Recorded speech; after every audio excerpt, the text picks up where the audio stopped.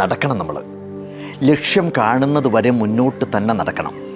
മടി കാരണം, ഭയം കാരണം, തോൽക്കുമോ എന്ന പേടി കാരണം മുന്നോട്ടുള്ള പോക്കിന് ഒരിക്കലും മുടക്കം വന്നൂടാ.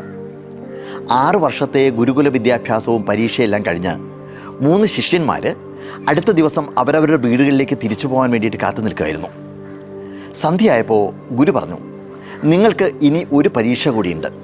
അവർ 3 പേരും ഒരുമിച്ച് ചോദിച്ചു, എല്ലാ പരീക്ഷയും കഴിഞ്ഞു എന്നല്ലേ പറഞ്ഞത്? ഗുരു ഒന്നും മിണ്ടാതെ ചിരിച്ചുകൊണ്ട് നിന്നു.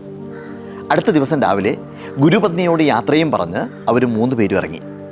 കുറച്ച് ദൂരം ചെന്നപ്പോൾ കാട്ടുവഴിയിൽ മുഴുവൻ മുള്ളെന്ന് പറഞ്ഞാൽ മുള്ളോട് മുള്ള്.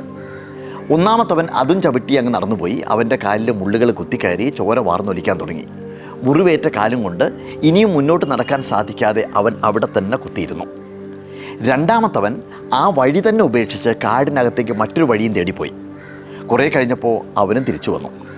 മൂന്നാമത്തവൻ ആ വഴിയിലുള്ള മുള്ളെല്ലാം ഒരു വടി കൊണ്ട് കോരി മാറ്റി ആ വഴിയെ തന്നെ ശുദ്ധമാക്കി അതിലൂടെ നടന്നുപോയി. അപ്പുറത്തെ മരത്തിൻ്റെ മറവിൽ ഒളിച്ചിരുന്ന ഗുരു ചിരിച്ചുകൊണ്ട് പുറത്തേക്ക് വന്നു. അദ്ദേഹം പറഞ്ഞു, ശിഷ്യരെ, ഇത് തന്നെയായിരുന്നു നിങ്ങൾക്കുള്ള പരീക്ഷ. മുന്നോട്ട് നടക്കുമ്പോൾ വഴിമുടക്കുന്ന പലതും ഉണ്ടാവും. അതിനെ നിങ്ങൾ 3 പേരും 3 രീതിയിലാണ് സമീപിച്ചത്. അവയെ എടുത്തു മാറ്റി ഇനിയും വരാനുള്ളവർക്ക് കൂടി വഴിയൊരുക്കി നടക്കാൻ മനസ്സ് കാണിച്ച മൂന്നാമൻ്റെ ആ മനോഭാവം ഉണ്ടല്ലോ, അതിന് തന്നെയാണ് 1-ാം സ്ഥാനം. ഇതാണ് കഥ.